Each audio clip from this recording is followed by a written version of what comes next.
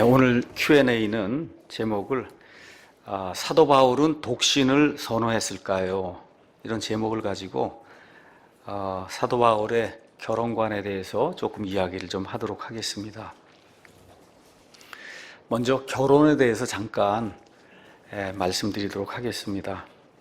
창세기 1장 또 창세기 2장 가서 보시면 하나님께서 한 남자와 한 여자를 이제 창조하시고 그 한 남자와 한 여자가 평생 결합하면서 인류의 존속과 행복을 위해 창조자 하나님께서 마련하신, 직접적으로 특별히 마련하신 그와 같은 이 규례가 결혼이다. 성경이 그렇게 이야기를 하고 있습니다.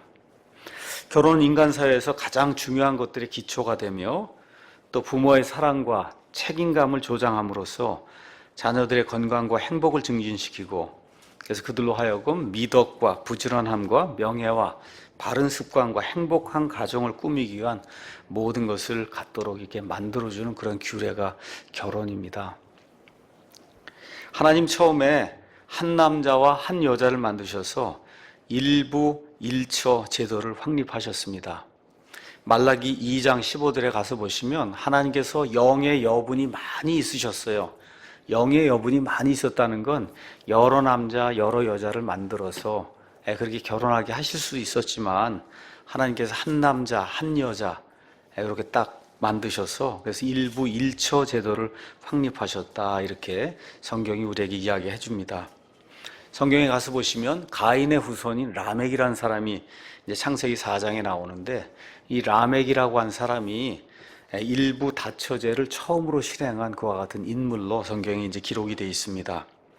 또 여러분과 제가 창세기 6장 말씀을 가서 자세히 읽어보시면 노아의 대홍수가 일어날 때 그 홍수의 직접적인 원인이 하나님의 아들들, 천사들이 사람들의 딸들을 마구잡이로 취하면서, 쉽게 얘기하면 천사들이 성경 가서 읽으면 자기들이 원하는 모든 여자를 다 아내로 삼았다, 그렇게 기록이 되어 있어요.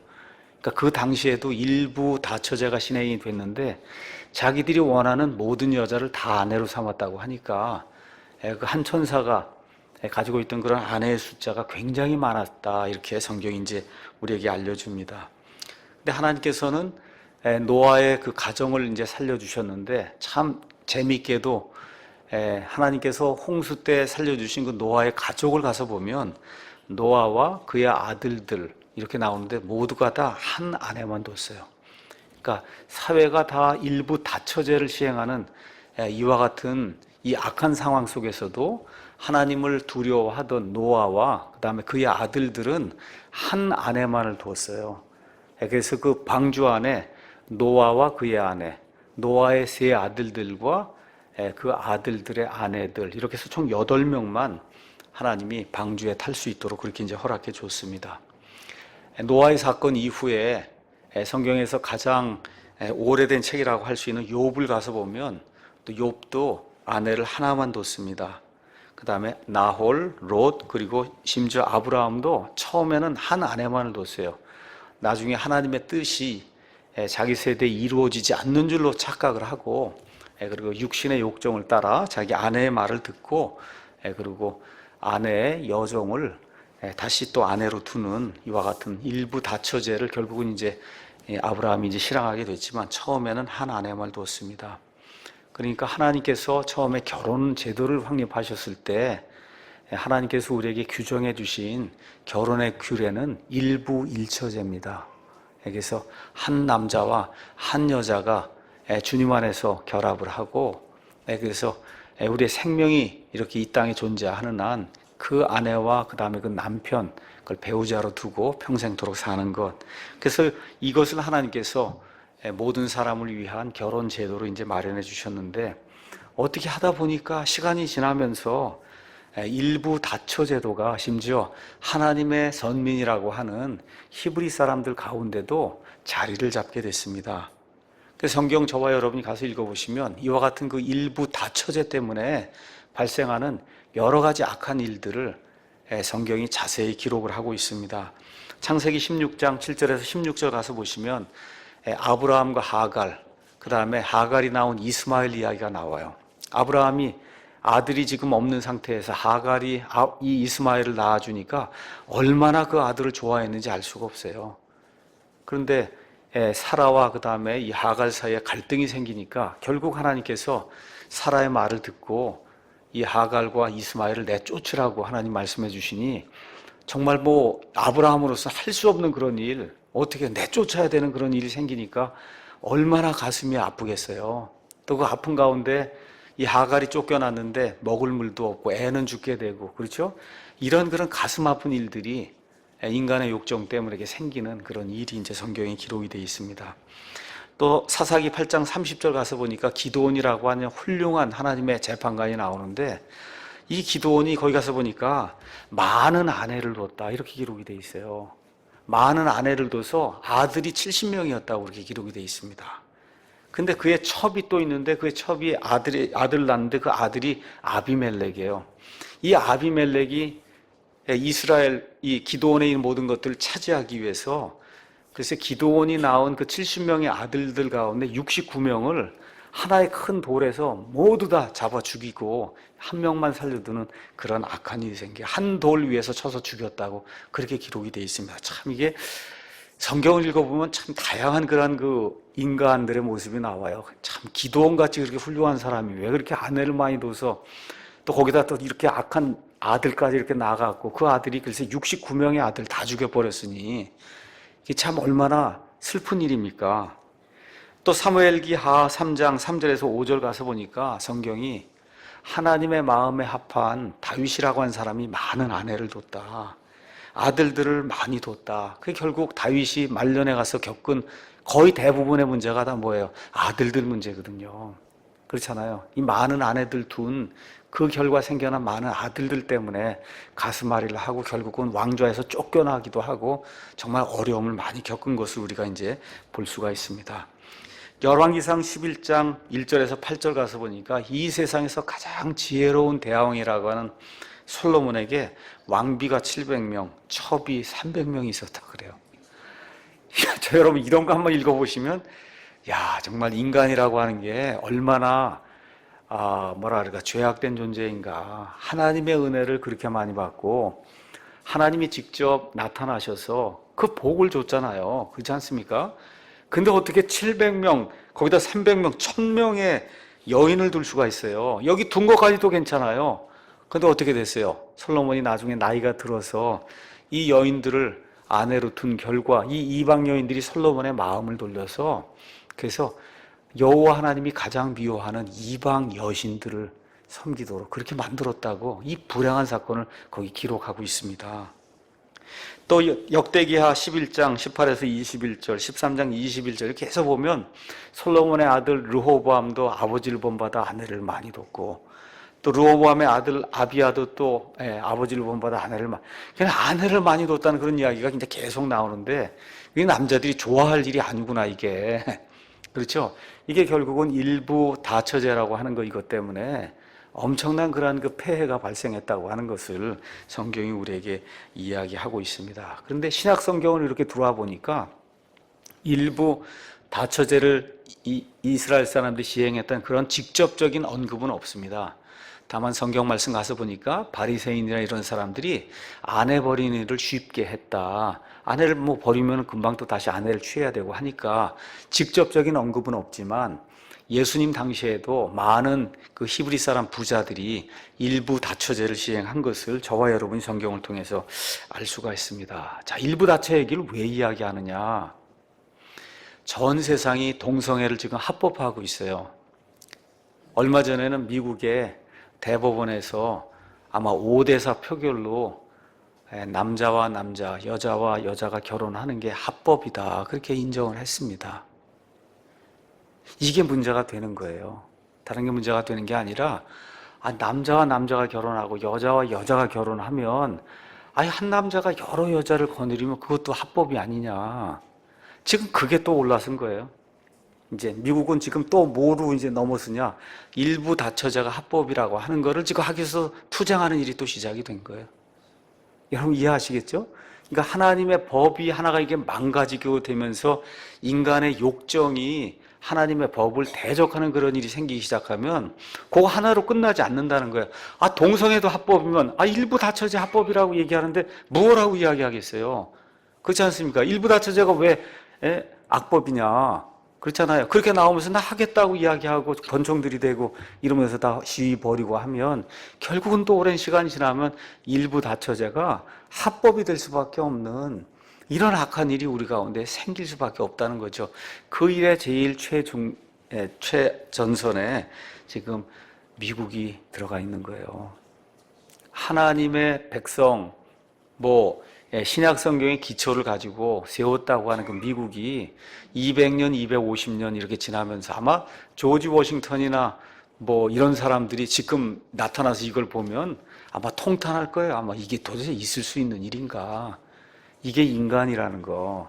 그러니까 그대로 두면 그러면 악의 최악까지 가장 나쁜 데까지 사악한 데까지 가려고 하는 그런 속성, 이런 것들이 사람들 안에 내재해 있다. 이런 것들을 저와 여러분이 기억을 하셔야 됩니다. 그래서 하나님께서 이스라엘 백성에게 아주 엄격한 결혼 제도, 규례를 허락을 하셔서 특별한 규정을 줬어요. 각종 음행하는 거, 친척들과 음행을 벌이는 거, 남자와 남자와 여자가 음행을 벌이는 거, 사람이 짐승과 음행을 벌이는 이런 수간, 이런 거에 대해서 레위기 18장, 레위기 20장, 신명기 27장 이런데 하나님께서 아주 명백하게 기록을 해 놓으셨습니다. 그러면서 뭐라고 거기 가서 보면 돼 있냐 하면 너희가 지금 살고 있는 이 가나안 땅, 이 가나안 땅에 살던 사람들이 바로 이런 일을 행하기 때문에 이 땅이 도저히 그들을 수용하지 않는다는 거예요. 그러니까 이 동성애라든지 일부 다처제잖아 이런 것들이 이제 시행이 되면 나중에 그 땅이 그런 거 행하는 사람을 토해낸다는 겁니다. 그러니까 왜 가나안 사람들을 하나님께서 그렇게 멸하라고 명령하셨느냐, 이거에 대해서 이 의문 갖는 그런 분들이 굉장히 많거든요. 그렇게 하나님이 잔인하냐? 잔인한 게 아니라 이 사람들이 행하는 그 일이 인간으로서는 해서는 안 되는 그와 같은 일이 아주 최악을 지금 행하기 때문에 하나님께서 그런 일들을 더 이상 둘 수가 없다는 거예요.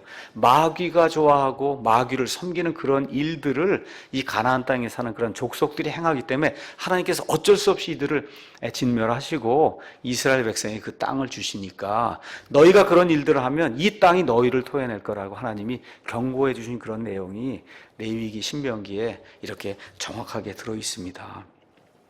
그래서 가나안 족속들과 우상 숭배자들과 결혼하는 걸 하나님이 엄격히 금지하셨어요. 안 되는 일이다.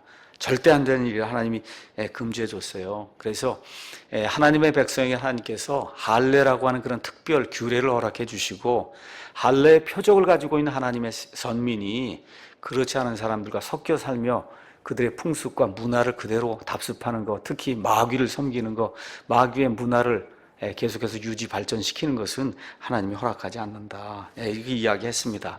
자, 이런 가운데 씨를 보존해야 되거든요.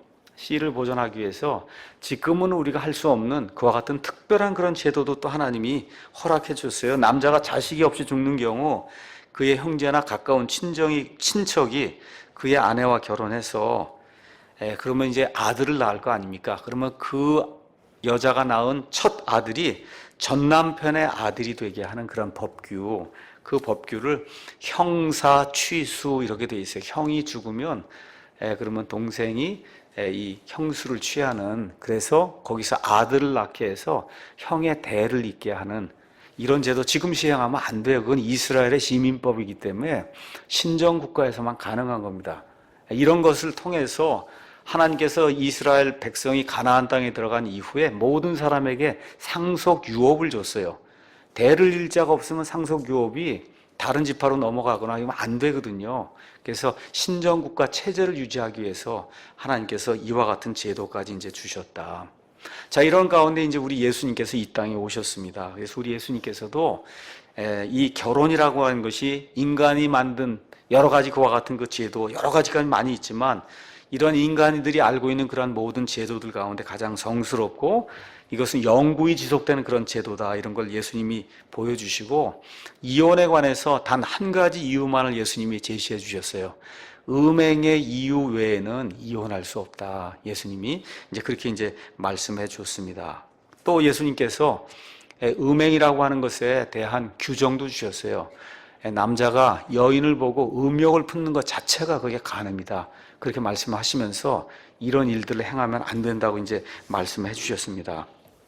자, 이렇게 돼서 이제 기독교회가 이제 형성이 됐는데 이상하게 한 300년, 400년 넘어가면서 천주교회라고 하는 그와 같은 이 시스템이 이제 만들어지면서 이 천주교회는 사람들에게 하나님이 허락해 주신 것 중에 가장 귀중한 것, 이 결혼 제도에 불명예를 가져왔어요.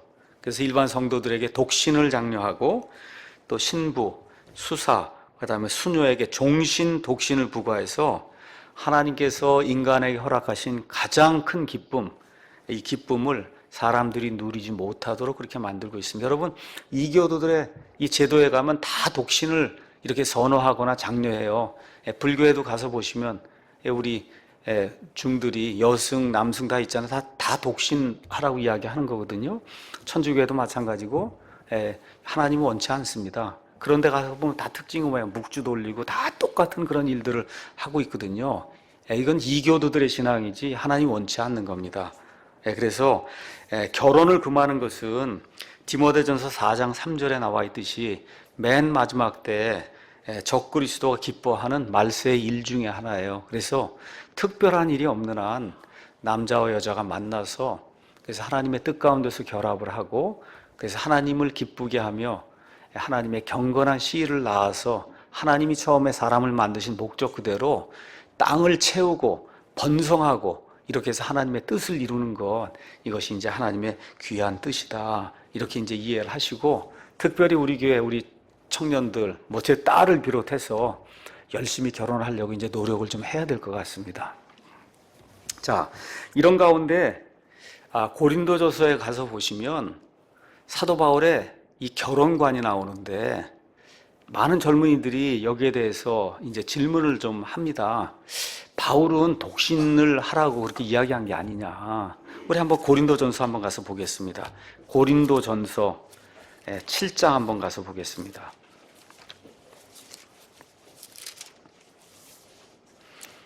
고린도전서 7장은 여러분이 가셔서 이렇게 1절부터 시작해서 쭉 마지막 절까지 가서 보면 결혼에 대한 거예요. 결혼. 자, 그래서 사도 바울이 결혼에 대해서 여러 가지 답을 명쾌하게 우리에게 제시해 줍니다. 근데 7절, 8절 가서 보면 바울이 독신을 선호한 것이 아니냐, 이런 구절이 이제 나옵니다. 가서 제가 읽어보겠습니다. 나는 모든 사람이 나와 같기를 원하노라.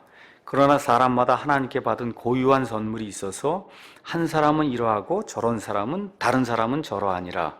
그러므로 내가 결혼하지 아니한 자들과 과부들에게 말하노니 그들이 나처럼 지내는 것이 그들에게 좋으니라. 그러니까 지금 고린도 전서를 기록하는 그 순간에는 바울이 결혼하지 않은 상태예요.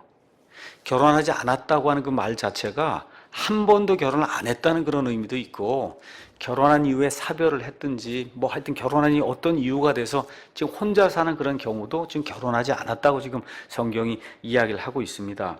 그래서 여기 7절, 8절 가서 보면 옛날에는 이 개역 성경에는 이거를 은사라고 표현했어요. 결혼하지 않는 것도 은사다. 그래서 독신의 은사가 있다. 이렇게 이제 이야기하는 분인데 지금 우리말은 다 선물로 돼 있으니까요. 그냥 쉽게 이야기하면 결혼하지 않은 선물을 받은 사람도 있다는 거예요. 그 사실입니다. 모두가 다 결혼해야 된다는 거 아닙니다. 바울과 같이 고유한 그런 선물을 갖고 결혼하지 않고 지내는 그런 사람도 있을 수 있거든요. 근데 그 8절 가서 보니까 내가 결혼하지 아니한 자들과 과부들에게 말하노니 그들이 나처럼 지내는 것이, 결혼하지 않은 상태로 지금 과부들 같은 경우도 지금 남편을 잃었잖아요. 이런 상태로 그냥 그대로 지내는 것이 그들에게 좋다. 이렇게 이제 이야기를 하니까 이 두 구절을 가서 이렇게 가만히 보고는 예수님이나 사도 바울은 독신을 선호했구나, 이렇게 이야기하고 그렇게 해석하는 그런 분들이 많이 있습니다. 제가 옛날에 한 10년 전쯤에 어느 교회를 이제 다녔는데 그 교회에 어떤 그 좋은 그런 형제가 나오더라고요. 근데 장가를 안 가는 거예요. 그래서 아니 왜 장가를 안 가냐 그렇게 얘기했더니 여기 이런 말씀, 이거 예수님 제대로 섬기고 그렇게 하는데 어떻게 결혼해서 예수님을 섬기겠냐, 바울도 독신으로 지낸 거 아니냐, 그렇게 이야기를 하더라고요. 근데 얼마 있다 나갔어요. 근데 얼마 지나서 보니까 장가를 갔더라고요. 예. 하여튼 그래서 뭐 마음이 그렇게 변했는가 그렇게 생각이 드는데, 어찌됐든 이 두 구절 가지고 잘못 오해하는 그런 분들이 있습니다. 자, 사도 바울이 여러 교회에 바울의 이제 서신을 기록을 했습니다. 근데 그 서신을 기록할 때마다 고린도 교회, 데살로니가 교회, 그 여러 교회가 있잖아요. 그런 교회에 특별한 어떤 사정이 있거나, 또 그 서신을 쓸 때 바울이나 아니면 그 당시에 초대교회 성도들이 느끼고 있던 어떤 위기감이나 압박감 같은 것이 있었거든요. 이런 것들이 반영이 된 그와 같은 글귀가 들어있어요.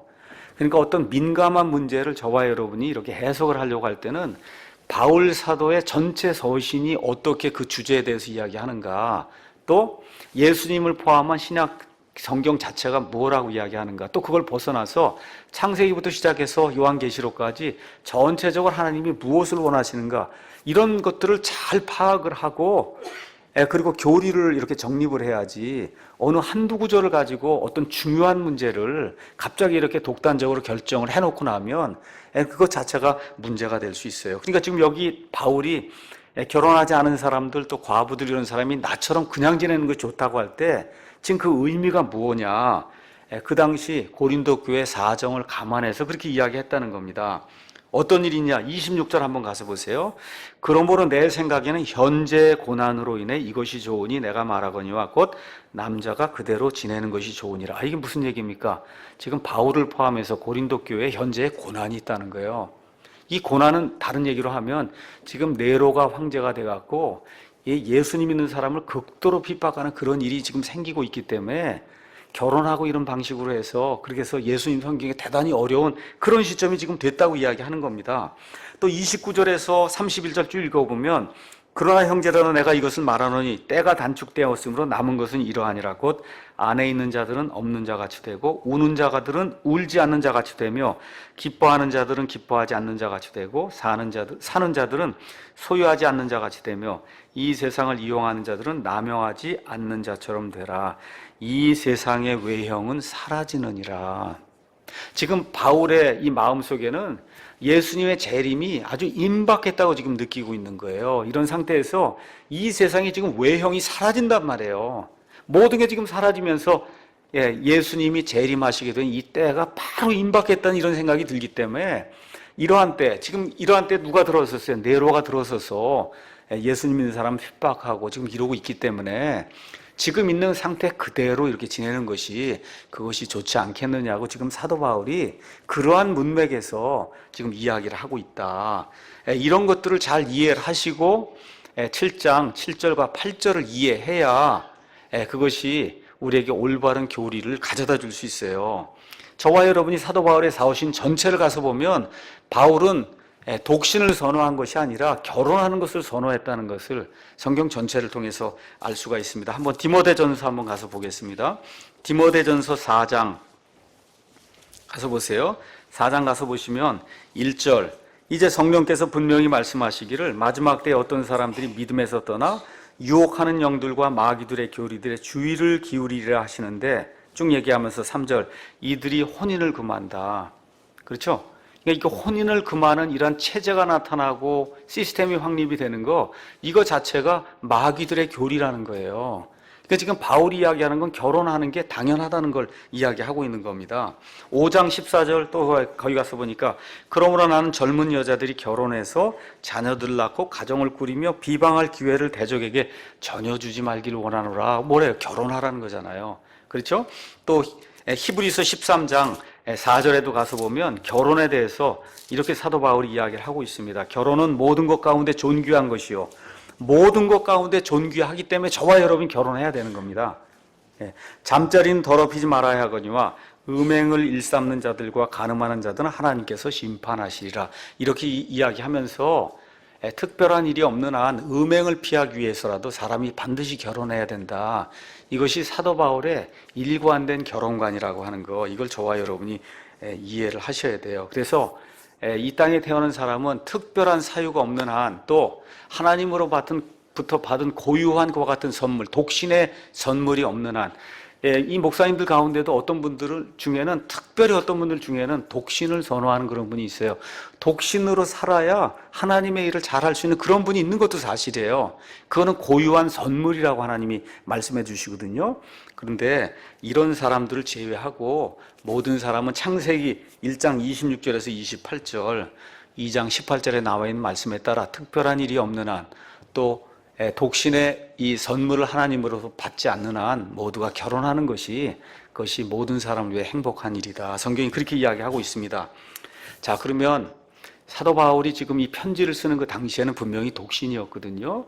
자, 그러면 바울이 일평생을 독신으로 지냈을까? 한 번도 결혼하지 않았을까?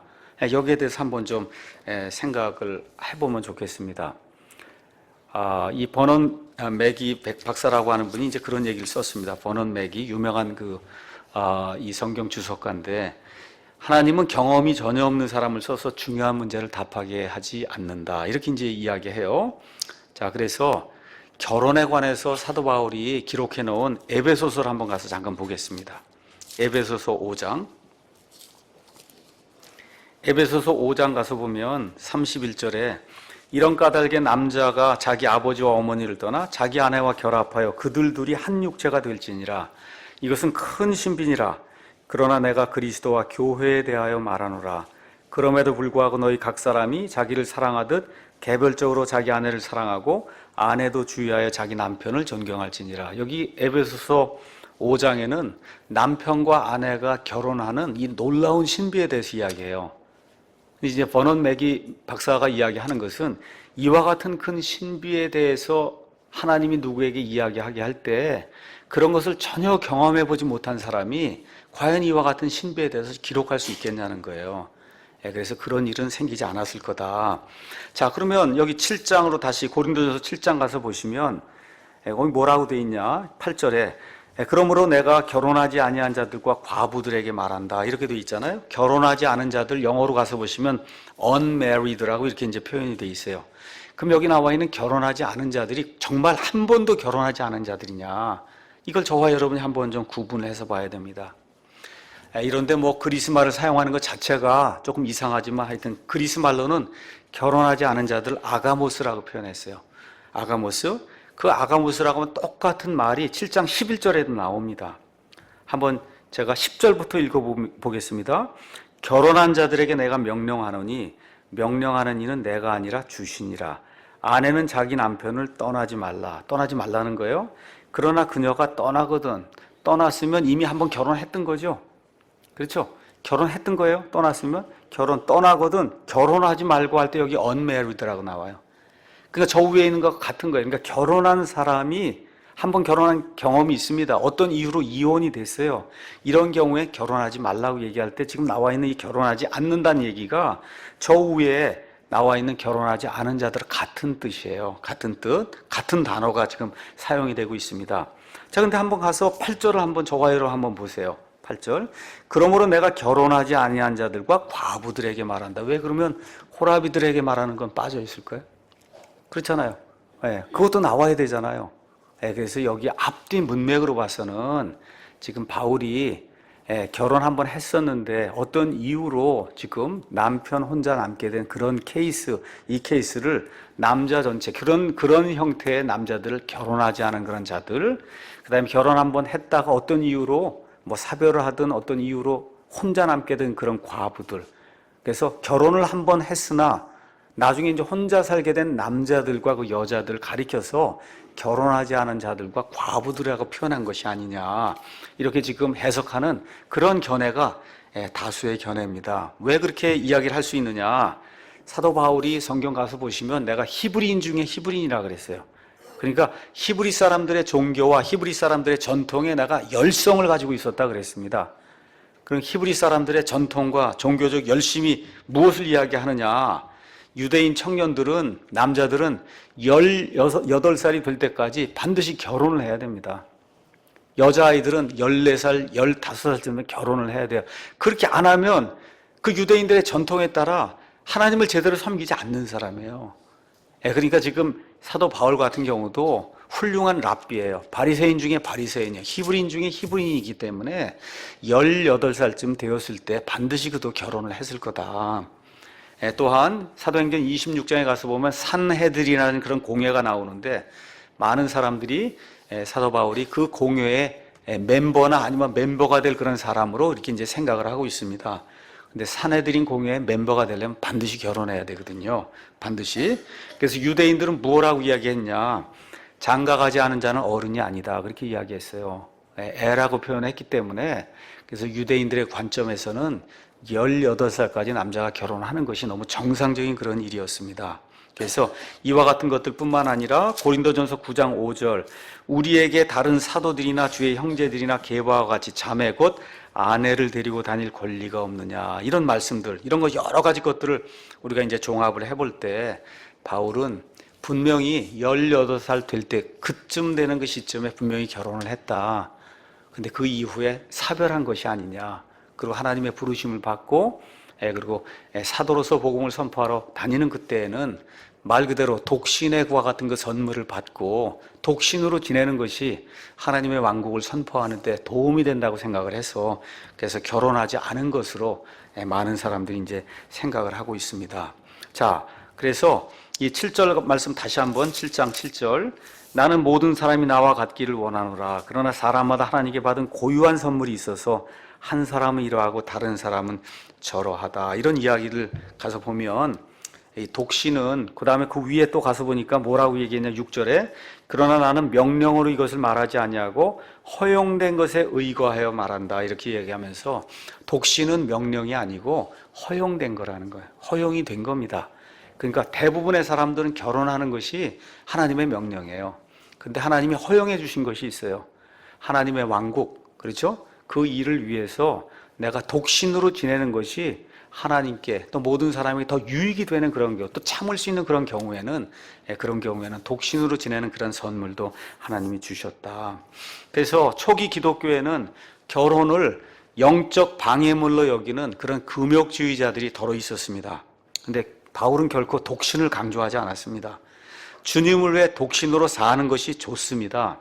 그런데 독신으로 사는 것이 더 영적이다. 이건 틀린 말이에요. 여러분 이해하시겠죠? 독신으로 살면서 자기가 가진 모든 시간을 여기 지금 사도 바울이 7장에서 이야기하는 게 결혼하면 아내는 어떻게 하든지 남편을 더 섬기려고 하고 그를 더 사랑하기 위해서 여러 가지 하려고 그러고 남편도 아내를 위해 사다 보면 어쨌든 주님을 위해서 일할 수 있는 그런 시간을 뺏기는 게 사실이잖아요. 그렇죠? 내가 주님을 사랑하는 마음이 더 크기 때문에 이 모든 것들을 자제하고 나는 독신으로 살면서 주님을 섬기겠다. 이것도 가능하지만 이 교회나 이런 단체에서 독신으로 어떤 사람이 저 사람 아주 영적이야 이렇게 얘기하는 건 아니라는 거예요. 그런 독신으로 사느냐 결혼하고 사느냐에 따라 영적이다 아니다를 판단할 수 없다는 겁니다. 그래서 이런 것들을 중세 가톨릭 교회에서 더 영적인 것으로 이렇게 만들어 놨기 때문에 중세 가톨릭 교회는 독신으로 지내는 사람, 가난하게 지내는 사람, 찢어지게 가난하게 지내면 이게 아주 영적인 것으로 이렇게 치부하는 그와 같은 일이 생겨나면서 중세에 많은 수도사들이 태어나게 된 거거든요. 하나님 그런 거 원치 않습니다. 그래서 8절에서 9절 이 독신 그 이야기는 1절을 잘 이해를 하시면서 그러면서 저와 여러분이 보셔야 됩니다. 이제 너희가 내게 쓴 것들에 관하여 말하건대 남자가 여자에게 손을 대지 아니하는 것이 좋으니라. 지금 바울이 여러 가지 상황을 지금 판단해서 네로의 박해, 재림의 임박성 이런 걸 생각하고 그래서 지금 있는 그 상태 그대로 지내는 것이 좋다. 그러면서 뭐라고 이야기했어요? 그럼에도 참을 수 없으면 결혼해야 된다. 그렇게 이야기하고 있습니다. 2절 보겠습니다. 그럼에도 불구하고 음행을 피하기 위하여 남자마다 자기 아내를 두고 여자마다 자기 남편을 둘지. 남자마다 여자마다 이야기하잖아요. 그래서 음행을 피하기 위해서 반드시 한 아내와 한 남편을 둬야 된다. 지금 바울이 그렇게 이야기하고 있는 겁니다. 그래서 이런 것들 잘 기억을 하면서 또 무엇라고 이야기하느냐. 9절. 그러나 그들이 억제할 수 없거든. 독신으로 지내는 거 이거 억제할 수 없거든. 결혼하게 하라. 불타는 것보다 결혼하는 것이 나으니라. 이렇게 이야기하면서 전반적으로 지금 사도 바울이 결혼하는 것을 하나님이 원하신다. 그렇게 이야기를 하고 있습니다. 그래서 독신으로 왜 사도 바울이 지냈느냐? 바울은 9장에도 가서 보시면 뭐라고 기록이 되어 있어요? 하나님의 사역을 하는 사역자가 교회에서 지원금을 갖고 사례금을 받고 하는 것이 그게 마땅한 거예요. 그럼에도 불구하고 안 받았다는 거예요, 본인은. 왜 그래요? 혹시라도 사례비 받는 걸 통해 하나님의 복음 선포하는 것이 방해가 될까 봐 그랬거든요. 그러니까 바울이 왜 독신으로 지냈느냐? 혹시라도 그 일을 통해서 하나님께 헌신하는 그런 일에 방해가 될까 봐 바울이 그와 같은 일을 했다고 성경이 우리에게 이야기하고 있습니다. 그래서 결론의 말씀, 독신에 대해서 여러분에게 말씀드립니다. 성경은 누구나 결혼하는 것이 하나님의 뜻이다 그렇게 이야기합니다. 하나님의 명령이에요. 다만 하나님이 허용해 주신 것이 있어요. 그것은 하나님의 왕국을 위해서 혼자 사는 것이 더 좋은 그런 은사, 선물도 하나님이 허락해 주셨다. 그렇기 때문에 지금 이 시대에 결혼하는 사람도 주님을 위해서 결혼하고 결혼하지 않고 독신으로 지내는 사람도 주님을 위해서 독신으로 지내면 둘 다를 하나님이 기뻐하신다. 이렇게 이해를 하시면 좋겠습니다.